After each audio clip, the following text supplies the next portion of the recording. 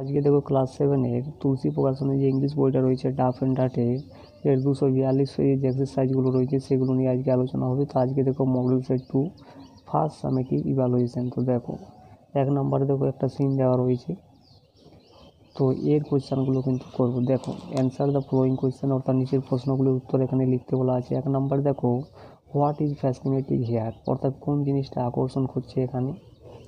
তো কি উত্তরটা লিখবে, দেখো to read the story from the rocks and mountains is fascinating here, অর্থাৎ কি পর্বত এবং পাথর থেকে যে স্টোরিগুলো রয়েছে সেগুলো পড়তে কি হয় এখানে আকর্ষণীয়, এখানে আকর্ষণীয়, অর্থাৎ কি পর্বত এবং পাহাড় থেকে যে গল্পগুলো রয়েছে সেই পড়াটাই কিন্তু এখানে আকর্ষণীয়। এরপরে 2 নম্বর দেখো what are the sources of book of nature, অর্থাৎ বুক অফ নেচারের যে সোর্সগুলো উৎসগুলো রয়েছে সেগুলো এখানে লিখতে বলা হচ্ছে। তো কী লিখবে, দেখো the sources of book of nature আর রক্স, মাউন্টেন, সিজ, স্টার্স, এবং এখানে দেখো আরও অনেক কিছু রয়েছে। দেখো এই যে rivers and deserts and fossils of old animal, অর্থাৎ অ্যানিম্যালস পর্যন্ত তোমরা কিন্তু লিখবে। এরপরে বিয়েরগুলো দেখো write T for true and F for false statement in the given box, তো ট্রু ফলসগুলো বক্সের মধ্যে লিখতে বলা হচ্ছে। 1 নম্বরে দেখো we have many books to know the early story, অর্থাৎ আমাদের অনেক বই রয়েছে আর্লি স্টোরি সম্বন্ধে জানতে, তো এটা অবশ্যই ফলস হবে যেহেতু কিন্তু কোনো কিছুই নেই। 2 নম্বরে দেখো to read rocks and mountains is very interesting, এটা অবশ্যই ট্রু হবে যেহেতু কি পাথর এবং পর্বতের স্টোরিগুলো পড়তে কিন্তু খুবই কি আকর্ষণীয়। 3 নম্বরে দেখো there is no way to know early story, অর্থাৎ কি আর্লি স্টোরি সম্বন্ধে জানতে কোনো পথেই কিন্তু নেই, এটা অবশ্যই কিন্তু ফলস হবে।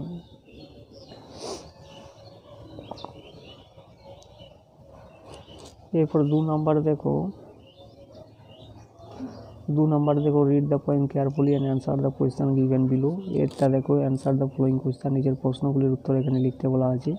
Who is I refer to here, তো এখানে কী হবে, দেখো I refer to here as author, অর্থাৎ লেখককে এখানে আই হিসাবে রেফার করা হয়েছে। 2 নম্বর দেখো how was the hair of the little girl, অর্থাৎ ছোটো মেয়েটির চুলগুলো কেমন ছিল। The hair of the little girl was thick with many curl, অর্থাৎ তার চুলের মধ্যে কিন্তু অনেক কোঁকড়ানো ছিল এবং চুলগুলো কিন্তু পুরু ছিল, ঠিক ছিল।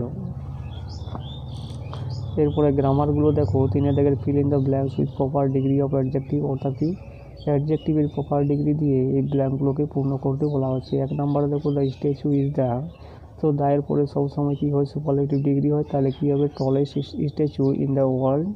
2 নম্বরে দেখো বৃষ্টি কেম, অর্থাৎ বৃষ্টি এসেছিলো, এখানে দেয়ার রয়েছে তাহলে এটা হবে কম্পারেটিভ ডিগ্রি, তো লেটের কম্পারেটিভ ডিগ্রি হয়ে যাবে লেটার, তাহলে বৃষ্টি কেম লেটার দেন আই থট।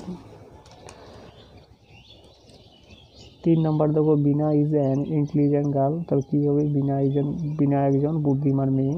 4 নম্বর দেখো Latu is one of the, তো দায়ের পরে সবসময় কী হয় সুপারলেটিভ ডিগ্রি হয়, তাহলে বেডটা হয়ে যাবে ওস্ট, তাহলে Latu is one of the best host boy in our village, অর্থাৎ লাতু আমাদের গ্রামের মধ্যে সব থেকে খারাপ ছেলে। এরপরে বিয়েরগুলো দেখো ডু এজ ডিরেক্টে, অর্থাৎ এক একটা দেখো এটাকে প্রেজেন্ট পারফেক্ট টেন্সে করতে বলা হচ্ছে, তো ভাবটা হয়ে যাবে কি, অর্থাৎ পারফেক্ট টেন্স মানে কি ভার্বের সবসময় থার্ড ফর্ম হয়, তাহলে হেল্পটা হয়ে যাবে হেল্প। আর প্রেজেন্ট পারফেক্ট টেন্স মানে একটা হ্যাজ বা হ্যাভ বসে, তাহলে কি হয় সি এর জায়গায় সবসময় হ্যাজ বসে, তাহলে she as help the poor, অর্থাৎ সে গরিবদেরকে সাহায্য করেছে। 2 নম্বরে দেখো এটাকে পাস্ট কন্টিনিউয়াস টেন্সে করতে বলা হচ্ছে, তাহলে পাস্ট কন্টিনিউয়াস মানে সবসময় ভার্বের সাথে আইএনজি, তাহলে এবং প্রেজেন্ট ফর্ম থাকবে, সিঙ্গিং হবে, স্যাংটা সিঙ্গিং হয়ে যাবে, এবং একটা ওয়াজ বা ওয়ের বসে পাস্ট কন্টিনিউয়াস টেন্স, তাহলে দে ওয়ের সিঙ্গিং এ সং। 3 নম্বরে দেখো fill in the blank with suitable article ও প্রিপোজিশন, সুটেবল আর্টিকেল প্রিপোজিশন দিয়ে, তো Diwali is the festival of light.